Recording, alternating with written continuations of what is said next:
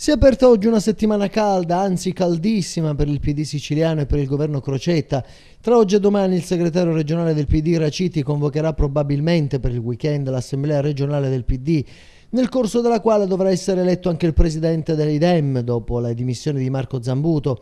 Crocetta dovrebbe invece convocare sempre in settimana un vertice di maggioranza dopo i molti mal di pancia espressi soprattutto dai cespugli degli alleati. Intanto arriva il via libera del governatore per Antonio Fumefreddo, avvocato catanese molto vicino a Crocetta ed assessore alle attività produttive, dopo le dimissioni di Linda Vancheri, espressione di Confindustria. L'annuncio ufficiale è previsto tra oggi e al massimo domani. A volerlo ad ogni costo lo stesso governatore, che lo definisce una persona capace e fidatissima. Era stato proprio Fiumefreddo, nel giorno in cui è scoppiata la bufera sulle intercettazioni tra Crocetta e il medico Matteo Tutino, il 16 luglio scorso, a stare accanto al presidente Crocetta, come ha riferito lo stesso governatore.